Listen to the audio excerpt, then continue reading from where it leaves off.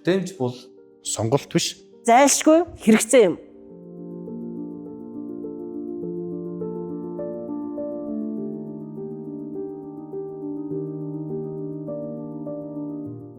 Манай Аранга аймагт харааны бэрхшээлтэй 400 гаруй хүн байдгаас ихэнх хувь залуучууд гэж тооцогдож байгаа. Тэдэнд байна сурч боловсрох, мэдэх, мэдээлэл авах маш их хэрэгцээ байдаг учраас тэдэнд барай л үсэг суралц маш өндөр хэрэгцээ шаардлага байгаа.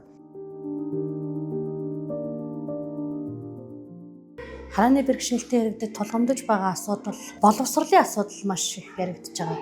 Одоо тэгээд энэ барил бичгийн сургалтаараа ном хэвлэмэл одоо тэг барил бичгийнхаа номнуудыг унших боломжтой болно л гэж үздэг байна. Жил бүр 5 аймгийг сонгож аваад барилцах төслийн 1-2 дугаар шатны сургалтыг аймаг тус бүр дээр хийж байгаа. Тэгээд энэ жилийн хувьд болохоор Булган, Хөвсгөл, Дундгой, Ар хангай, Баян онгор гэдэг энэ 5 аймгийг сонгоод ингээд 1-р шатны сургалтууд маань ингээд амжилттай хийгдлээ. Одоо бас ингээд Ар хангай, Баян онгор аймаг маань одоо ингээд бас хийгдээд явж байна. За Баян онгор аймгийн хэмжээнд бол 400 гаруй иргэн байдгаас яг Баян онгор сумд бол 160 гаруй харааны бэрхшээлтэй иргэд байдаг.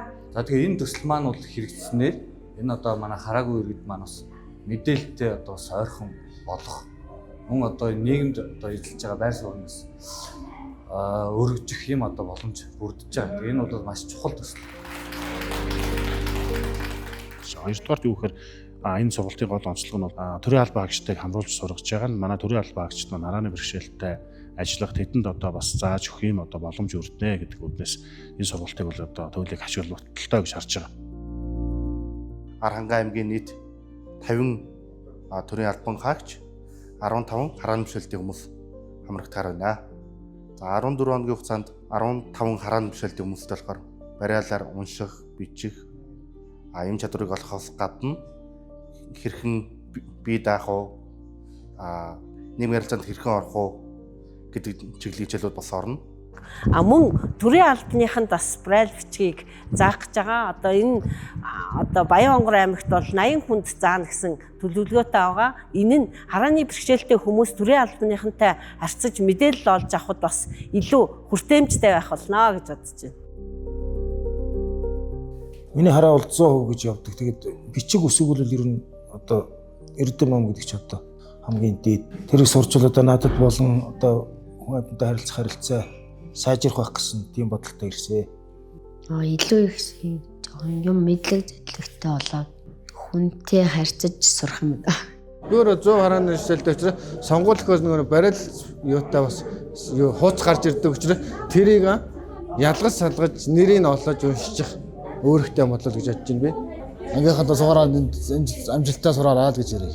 Тэр гişээнгүүлэн сурцгаая. Илүү энэ гот аймаг орон нутагта бүр илүү хүлээн бэрхшээлтэй харааны бэрхшээлтэй хүмүүс 400 гаруй хүн байдаг. Тэднэртэй зааж сурах, заавалсгүй гол суурин газар гэхгүйгээр явах тийм хүсэл тэмүүлтэйгээр сайн сурахыг хичээж Орон нутгийн удирдлагын зүгээс бол иргэн бүрийн оролцоог хангасан одоо ялгарлалгүй хүртээмжтэй орчныг бүрдүүлэхийг эрхэм зорилгоо олгон ажиллаж байгаа. За тэгээ мөн цаашдаа ч бас энэ хүү одоо зорилгын өрөөнд бол ажиллахтаа бол бэлэн байгаа. Та бүхний хамтын ажиллагаа чин сэтгэлийн оролцоо нийгэмд эерэг өөрчлөлтийг авчирч хүн төвтэй хөгжлийн бодис шишээ болно гэдэгт итгэлтэй байна. Баярлалаа та бүхэндээ.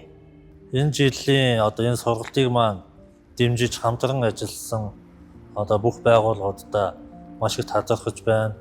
Орон нутгийн засаг захиргаа тамгын газрынханд бас маш их талархаж байна. За ингээ барил бичгээр хүн бүр уншиж бичиж чаддаг болох болтугай.